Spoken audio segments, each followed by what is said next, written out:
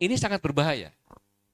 Nah, dalam kondisi seperti ini, kita ingat bahwa Ibu Menteri Keuangan mengatakan bahwa tahun depan akan terjadi krisis pangan kan? Presiden juga menyampaikan seperti itu kan gitu. Seandainya itu terjadi, seperti disampaikan, semuanya kelaparan, kemudian ada misalnya bulan Maret itu ada apa? Perkumpulan para bupati wali kota, Musrenbang. Tinggal ditanya, para bupati bagaimana kondisi rakyatmu? Wali kota berapa? Dan kurang lebih nanti saatnya setelah 51% lah, itu semuanya PLT. Dia mengatakan rakyat saya susah Pak, kelaparan Pak. Apa dikatakan Pak Mulyadi tadi? Mulyadi satunya lagi maksudnya. Saya punya uang nih. Saya juga berpikir kira-kira bagi yang terbaik. Apakah untuk pemilu atau untuk BLT, membantu rakyat? Jangan jawab sekarang. Silakan kembali dulu. Pasti jawabannya nanti dengan sambil menangis lah apa segala macam lah. Lebih baik Bapak berikan saja. DPR pun sama. Tanpa pemilu tambah 2 tahun ya lumayan. Yang PLT tambah 2 tahun bisa tambah lagi kan itu. Ini rencana yang sangat sistematis. Tapi sebenarnya rencana ini adalah untuk memasukkan presiden ke jurang kehancuran. Karena jelas melanggar konstitusi.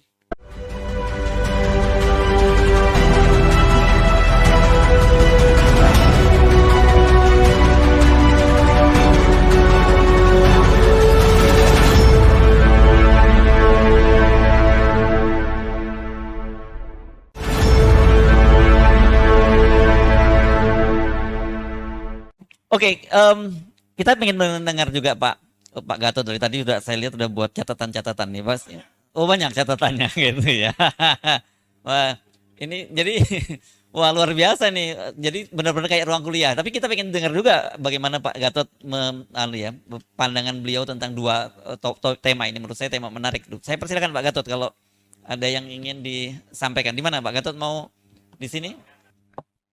Assalamualaikum warahmatullahi wabarakatuh. Ini menarik sekali. Tetapi apa yang dikatakan Pak Mulyadi tadi menarik sekali. Bahwa keunggulan demokrasi terletak pada kekuasaan yang beroperasi pada penguasa yang diberikan legitimasi dan kekuasaan oleh rakyat. Ya kan gitu kan? Lewat pemilu tadi. Sedikit saya ingin menjelaskan kepada seluruh rakyat Indonesia khususnya, bahwa pada tanggal 17 Agustus 1945 proklamasi kemerdekaan, Bung Karno mengatakan kami bangsa Indonesia. Dengan ini menyatakan kemerdekaannya. Belum ada negara waktu itu, Bung.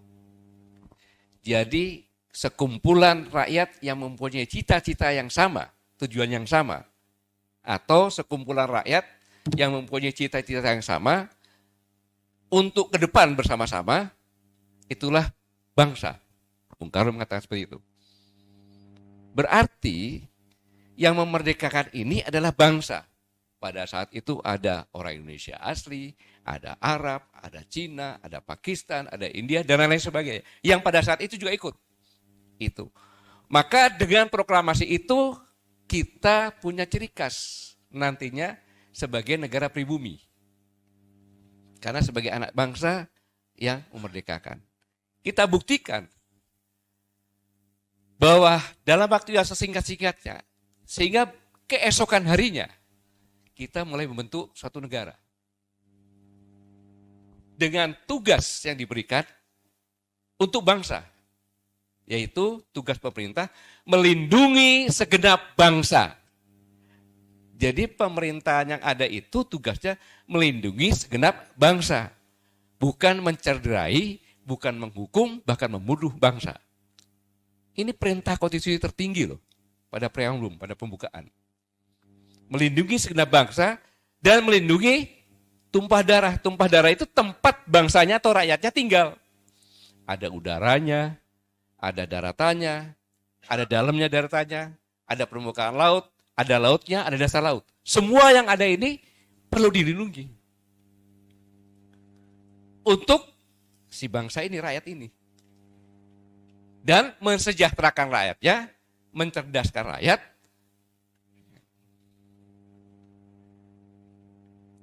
Ini perintah konstitusi tertinggi nih. Jadi kalau kita lihat pemerintahan yang ada, siapapun itu, cukup tolak ukurnya ini. Nah ini akan ada sangkut pautnya dengan yang tadi. Sehingga penolakan agenda perpanjangan masa jabatan presiden nggak perlu kita bicarakan lagi. Tetapi yang jelas bahwa ada indikasi orang sekeliling presiden justru mengkhianati presiden. Tidak mungkin seorang presiden tidak tahu. Kan gitu, mengkhianati presiden dengan mengojok-ojok ya, perpanjangan ataupun 3 periode. Bahkan orang-orang dekatnya, ada menteri, ada kepala lembaga negara, ada kumpulan rakyat yang non-demokrasi tadi. Tujuannya apa? Menjatuhkan presiden. Mengapa? Tadi dikatakan, undang-undang sudah mengatakan. Jadi kalau seorang presiden mau dengan alasan apapun juga, dia menjabat lagi, melanggar dari undang-undang, maka rakyat bisa mengusirnya. Jadi orang-orang tadi sebenarnya akan mendorong presiden ke jurang. Ini kan kurang ajar. Ini kan kurang ajar. Jadi sengaja didorong itu. Jangan dikira baik-baik itu. Bukan. Karena jelas, konstitusi kita jelas bahwa legitimasi itu lewat pemilu. Dan ini pun dilakukan uji coba oleh orang dekatnya. Dengan membuat undang-undang yang berdasarkan undang-undang, sehingga apa yang dilakukan Menteri Dalam Negeri dengan menunjuk PLT itu tidak melanggar undang-undang. Karena undang-undang mengatakan itu, tapi undang-undang yang ada itu melanggar undang-undang yang ada. Lalu pertanyaannya, kenapa tidak ke Mahkamah Konstitusi? Karena teori raja-raja dulu di Nusantara, apabila ada pertentangan, maka yang dilakukan 3 tahap. Dengan ujung lidah dulu. Setelah tidak mampu dengan ujung lidah, maaf, ini bukan jorok, tapi dengan ujung kemaluan, yaitu perkawinan. Selanjutnya baru ujung badi atau ujung pisau. Itu Raja dan Nusantara, tahapannya seperti itu. Maka dengan ujung lidah dikasih tahu bahwa perpanjangan hakim di Mahkamah Konstitusi dinaikkan kan? Benar nggak? Berapa? Dari 5 tahun ke 15 tahun. Ya. Hampir 70 tahun. Pakar hukum tata negara nyampaikan nih. Jadi ditawarin seperti itu. Selanjutnya dengan perkawinan tadi. Ujung badinya mungkin cuma ancaman. Mungkin. Apa yang bisa diharapkan? Jelas undang-undang yang ada itu dimasukkan ke Mahkamah Konstitusi untuk melihat bertentangan enggak dengan undang-undang yang paling atas kan? Begitu enggak? Maka sebenarnya mudah pisau analisisnya di pembukaan Undang-Undang Dasar 45 saja. Yang saya katakan tadi. Melindungi segala bangsa dan segalanya, Pancasila dan Undang-Undang Dasar 45. Bertentangan itu selesai. Maka tadi dikatakan bahwa PT 20% itu melanggar kan? Alasannya macam-macam. Yang lainnya frustasi. Makanya kalau kita lihat yang terbaru sekarang ini, tadi di tempat yang sangat mulia di DPR, pada saat sidang paripurna ya, untuk mengesahkan, ada seorang kader Partai PKS menyampaikan pendapat, minta 3 menit pun tidak dikasih. Bayangkan, di ruang yang sangat terhormat. Ya. Salah satu ketua DPR tidak memberi waktu 3 menit untuk menyampaikan pendapat, padahal dia wakil rakyat. Dia menyampaikan suara rakyat. Jadi udah terbalik-balik ini. Terus pernyataannya silahkan ke Mahkamah Konstitusi. Itu kan biasa saja. Terus mau ngomong apa lagi di sini? Yang jelas dengan seperti ini, Apalah artinya kemerdekaan tanpa kedaulatan? Puisinya Bang Pasari tadi. Apalah artinya? Bilang kita merdeka? Tidak merdeka kita. Bahkan dijajah dengan lebih sistematis. Ya karena undang-undang itu tadi. Semuanya.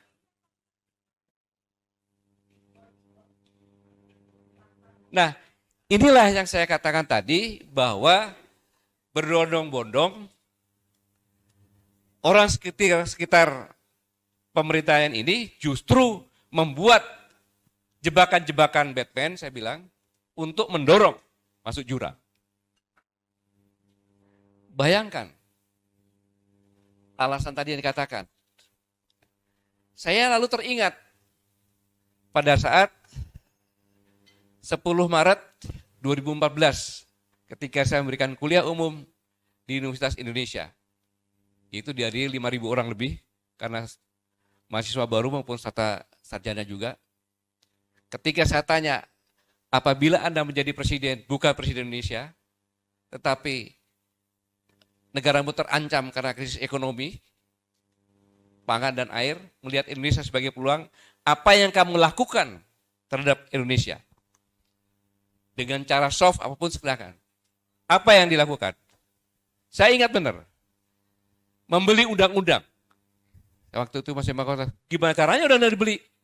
Jawaban mahasiswa sedikit mengejek. Allah Pangkostrat pura-pura nggak tahu. Pada itu saya masih Pangkostrat. Di DPR itu kan ada beberapa komisi. Satu komisi kan nggak lebih dari 70 orang. Untuk kepentingan negara. Itu kecil. 100-200 miliar itu kecil. Kita masukkan undang-undang. Itulah yang terjadi. Karena dengan kita masuk undang-undang, kita bisa masuk secara legal. Dengan cara apapun juga ide-ide yang kita lakukan. Dan ini semuanya terjadi. Tidak masuk logika sebagai negara pribumi, sebagai bangsa yang menyatakan kemerdekaan, lahir undang-undang ini. RUU KUHP menjadi KUHP. Tidak mungkin. Undang-undang kan untuk melindungi rakyatnya. Tetapi ini terbalik. Betul melindungi penguasa. Kembali kepada teorinya Pak Mulyadi lagi. Apabila pemimpin dipilih dengan pemilu yang tidak legalitas, ya kan, maka dia akan tidak dapat legalitas dari rakyatnya dan dia akan berusaha untuk melindungi dia dengan cara undang-undang yang ada. Ini saya mengambil intisari di pelajaran yang disampaikan Pak Mulyadi. Ini yang sangat berbahaya. Ini sangat berbahaya. Sehingga alasan tadi disampaikan Bang Mas Ari tadi. Ini yang saya katakan tadi, anak-anak UI mengampaikan seperti ini. Sehingga kejadian sekarang ini pasti ada invisible hand dari negara luar untuk bekerja secara sistematis. Dan berjalan sangat panjang. Lewat liberalisme bisa menyembuhkan komunisme. Itulah musuh dari negara pribumi. Teori Pak Mulyadi juga itu. Kan gitu. Kalau politik, kan, liberalisme itu demokrasi, gitu ya kan. Kalau ekonomi dengan visual analisis liberal itu kapitalis. Kalau sosial, apa? Ya, individualisme. Inilah yang dibentuk sekarang ini. Maka lahirlah oligarki politik, oligarki sosial, oligarki ekonomi. Oligarki ekonomi bekerja sangat luar biasa. Sangat luar biasa. Pertahanan dari suatu negara yang rakyatnya banyak. Apa coba? Yang paling hakiki. Di negara yang penduduknya banyak. Adalah ketahanan pangan. Itu dirusak. Sangat sistematis. Bayangkan, kalau kita bisa membuat peneliti dari padi saja. Yang kita teliti, kemudian kita buat padi ini begitu tumbuh, nanti bibitnya bisa diambil dari padi yang ada lagi, yang unggulan, dijadikan bibit lagi. Itu pasti dipermasalahkan. dengan alasan vegetarian dan segala macam lah alasannya. Maka sekarang hampir tidak ada kecuali daerah-daerah terpencil. Semua bibit harus beli. Itu adalah suatu kesalahan besar dari suatu negara agraria. Bibit harus beli karena bibit yang ada sekarang ini mau PR mau segala macam begitu ditanam tumbuh diambil lagi dia tumbuh tapi nggak bisa berbuah. Ini bunuh diri. Dan kita harus beli dari luar. Yang kedua, dulu tidak ada namanya pupuk-pupuk non-organik. Semuanya organik. Karena pupuk non-organik ini merusak hara tanah. Sehingga terjadi sekarang ini, saya meneliti ke daerah Jawa Tengah, saya melihat semua padi tidak semuanya 100% ditanamin. Saya bertanya kepada teman saya, punya 16 hektar. Dan tempatmu gimana? Cuma 6 hektar yang saya tanam untuk saya sendiri. Kenapa? Kalau kita akan tanam beneran, kita beli bibit, kemudian beli pupuk, pasti kita akan rugi.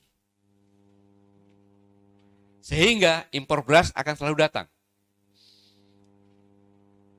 Ini persiapan impor lagi, kalau enggak kita akan kekurangan alasannya begini. Bahkan lebih mengerikan lagi, kalau mau jujur kepala Bulog, berapa beras yang busuk? Tolong tanyakan. Ini sangat berbahaya. Nah, dalam kondisi seperti ini, kita ingat bahwa Ibu Menteri Keuangan mengatakan udah tahun depan akan terjadi krisis pangan kan? Presiden juga menyampaikan seperti itu kan? Gitu. Seandainya itu terjadi, seperti disampaikan, semuanya kelaparan, kemudian ada, misalnya bulan Maret itu ada perkumpulan para bupati wali kota, Musrenbang. Tinggal ditanya, para bupati bagaimana kondisi rakyatmu? Wali kota berapa? Dan kurang lebih nanti saatnya setelah 51% lah, itu semuanya PLT. Dia mengatakan rakyat saya susah Pak, kelaparan Pak.